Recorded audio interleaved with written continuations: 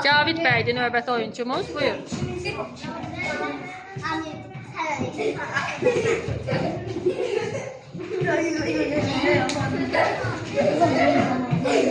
Səidə baxanda Cavid çox sürətlidir.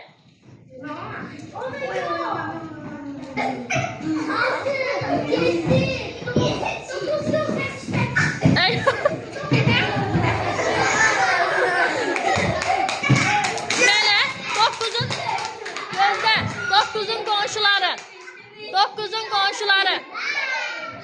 9'un qonşuları. Bax Cavid, 9'un qonşuları. Gözləyək.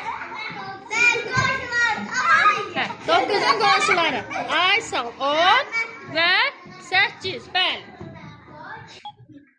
Növbəti oyunçumuz İmrandır. İmran buyur görüm. Dicet. Yoldaşlarından. Rəqəmləri ardıcıl olaraq düz. Hansından başlamalısan? Tez ol.